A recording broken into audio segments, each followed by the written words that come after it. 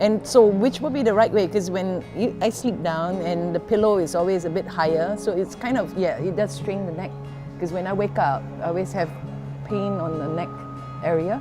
And also, yeah. Pain is the body telling you something's not right, okay? And you know, we really must get better at reading what the body's telling us. So if you're waking up all achy and what have you, there's something not right. And there's usually simple solutions.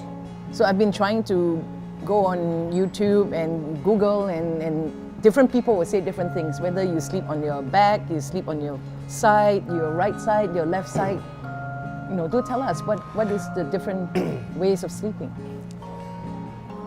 People do tend to move around, and that's natural and normal, but you don't want to be moving too much because that affects your ability to get into a deep sleep where all the good stuff happens. I'll come to that. Some people say you should sleep on your back, but I think actually only less than 10% sleep on their back. If you do sleep on your back, it can cause snoring. Obviously, if you're sleeping on your back, your spine is straight, so that's a good thing. But you don't want a big pillow that's pushing your head forward, because that can create some neck problems.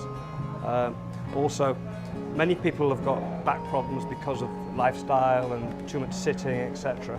And if you lie on your back, it tends to compress the joints in your low back, and that's because the weight of your legs actually rotates the pelvis a little bit.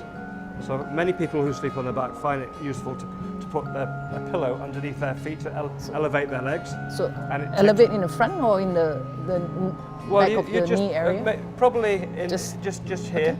Okay. Just elevate the legs, and it does a couple of things. It takes pressure off the low back, so people with back pain, that can really help. And then also, if anybody has got, older people can get swelling in their ankles and things. It allows water retention, or edema it's called, that can drain back into the body. So it's good to elevate the legs. But I thought elevating the leg will actually put more pressure in the back. It's not true. It's not true, actually.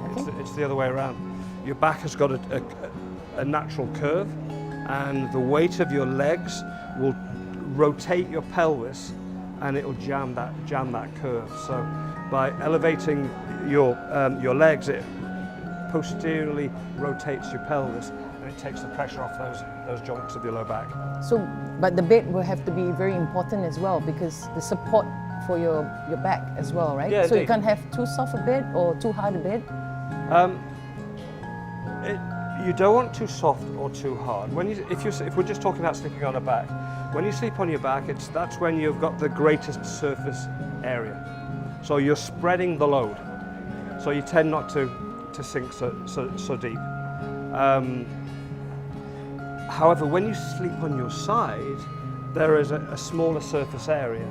So the area of bony prominences, so that would be your shoulder and your pelvis, they'll tend to sink in a bit deeper.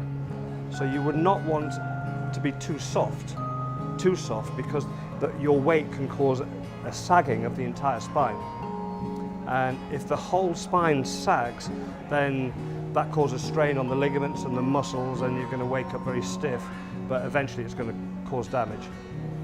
Ideally, what you want is a softness on the top so that you can sink into a little bit, but then you want a supporting layer underneath. And it took me a while to find just the right bed for myself and my wife. And once you find the right bed, it does make a big difference. So just so that's clear,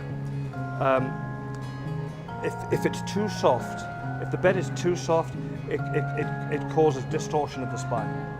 The spine must be supported, but at the same time you need comfort so you can sleep.